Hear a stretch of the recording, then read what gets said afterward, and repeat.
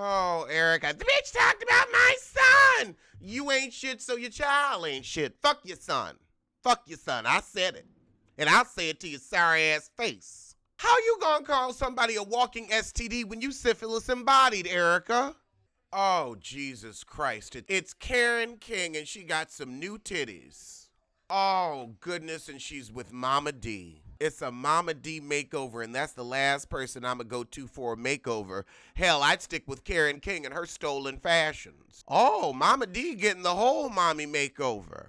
Mama D has a really good face. I like when she wears her hair up and away from the face. Wait, did she say Scrappy married Bambi?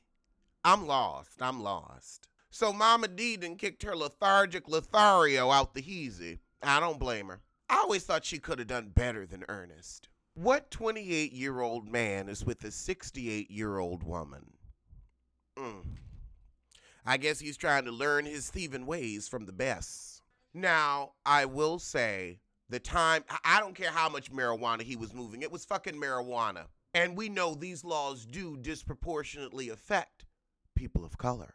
So I can't believe this, but yeah, free scrap. For some marijuana, you better free his having my weed man locked. I mean, he ain't my weed man. I don't even know if I'd buy from him, but I'd buy from him. If he had good shit, I'd buy from him.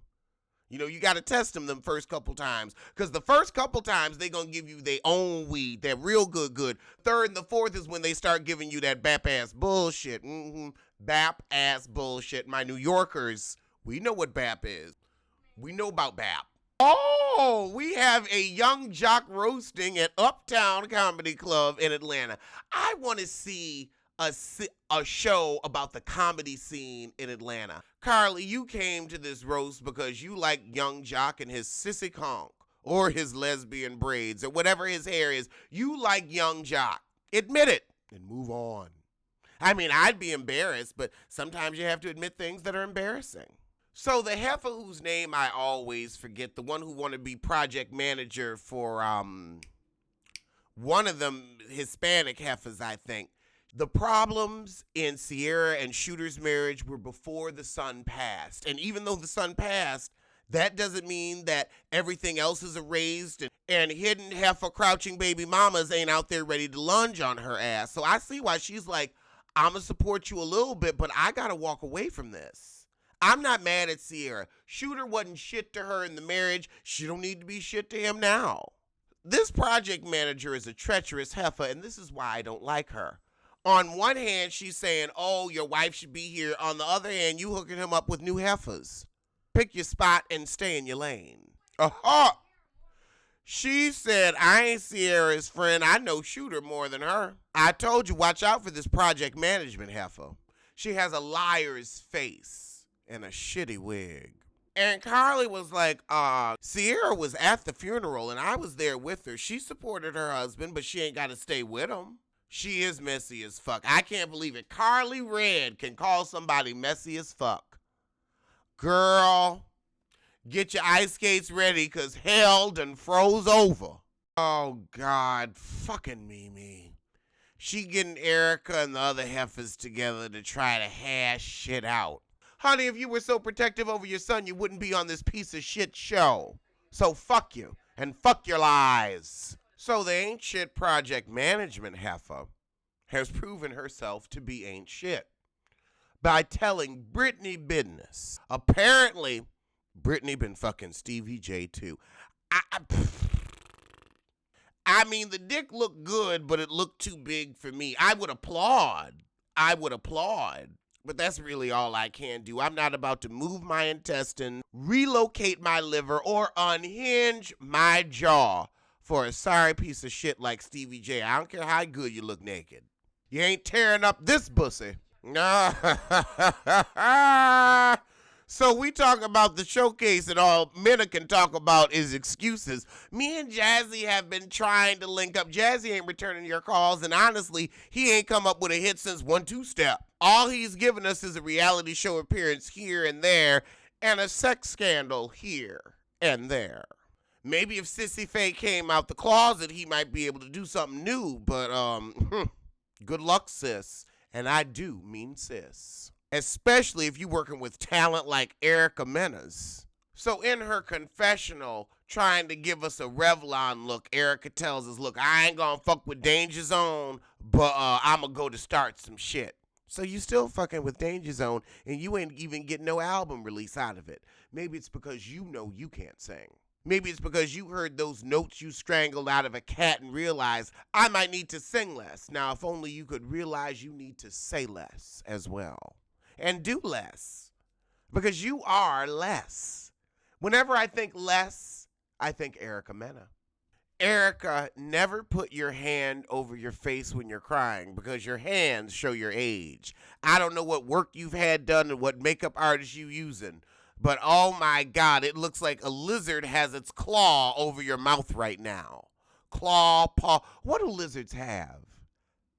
I guess the claw is at the end of your paw. So it looks like she has a paw on her face. Her hands look like paws. Pete's hands look better. So now Sierra finds out that Keely, the project management heifer, I done finally figured out her name, is fucking one of her friends like he usually does. He ain't shit.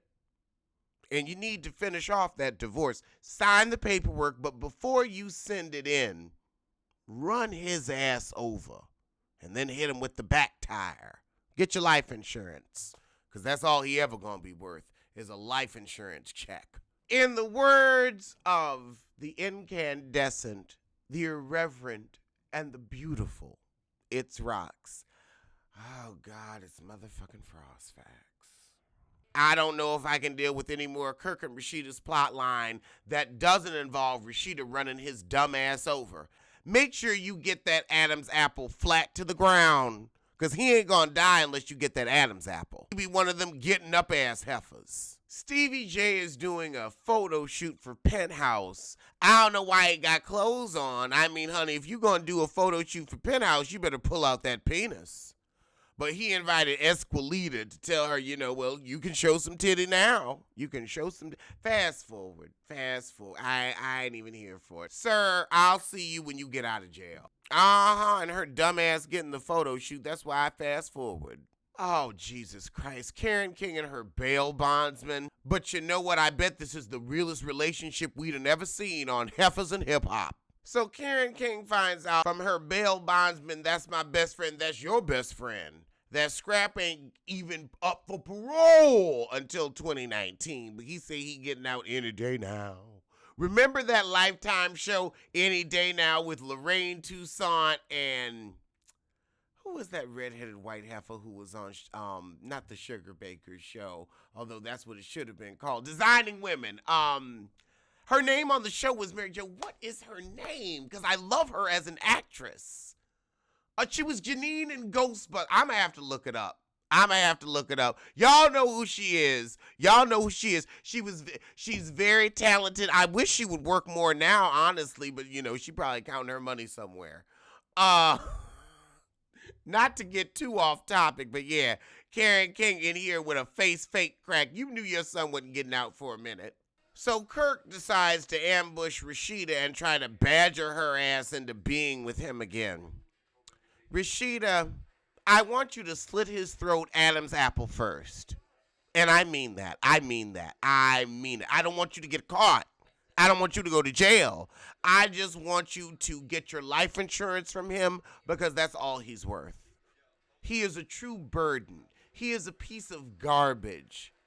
You might have had a rap career if it wasn't for him. For that alone, he needs the front and the back tire. Honest to goodness, y'all couldn't afford 2 separate dwellings, no way, so I see why y'all rented a moving truck for this plot line, because you've been living together. You can tell by the cheap woodworking on this new house they ain't got no money. So we gonna end the episode with Shooter and Sierra in this townhouse. And damn, I thought the houses in New York City were close together. What the fuck? These houses is fucking. I don't understand why you would live in a townhouse in not New York City or, what's that other place where the houses be together? San Francisco. Other than that, give me a freestanding structure. All right, Sierra, cuss his ass out. Cuss his ass out. Fucking with your friend, tell him to take his shoes off. This townhouse is nice, but it screams Airbnb. Okay, all right. You know what, Shooter? What I'm not going to let you do is manipulate this woman into being there for you when you weren't there for her. You were a piece of shit. You are a piece of shit.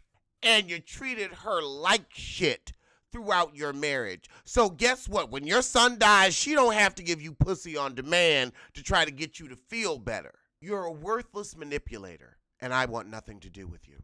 This is what I love to see. You wasn't shit, I'ma find happiness elsewhere. I'm not gonna touch, I'm not gonna caress, I can't kiss on you. That part is done. I can be there for you as a friend and even as a co-parent. But you ain't fucking me no more. You ain't fucking me no more. Make him pay, girl. Make him pay. And Sierra, you also get a lot of respect and big props for saying we ain't gonna hurt our 7-year-old child for a decision that we made. And you honestly don't even have any fault in this, but you still are accepting responsibility. Sierra, I fuck with it. I fuck with it. This is a grown woman. Somebody need to teach her how to do her makeup better, but this is a grown woman. Oh, Jesus Christ. So Shooter gonna say there's a possibility that this baby could or could not be mine. Girl, I want you to kill his ass and I want you to get away scot-free. Free. Oh, if he was my husband, I'd kill him. I'm telling you here, I'm telling you now. That piece of shit would be in the back motherfucking yard pushing up daisies. Well, I prefer tulips and a rose bush, but you know, he gonna be pushing up my flowers, fertilizing the soil, finally putting some use to that worthless body. I'm looking at him with his dreads and I want to pull his fucking hair. Ugh! And so the shit in with the Shooter Sierra drama. And Sierra, I'm telling you, honey, just get your life insurance. Just get your life insurance. He ain't even worth it.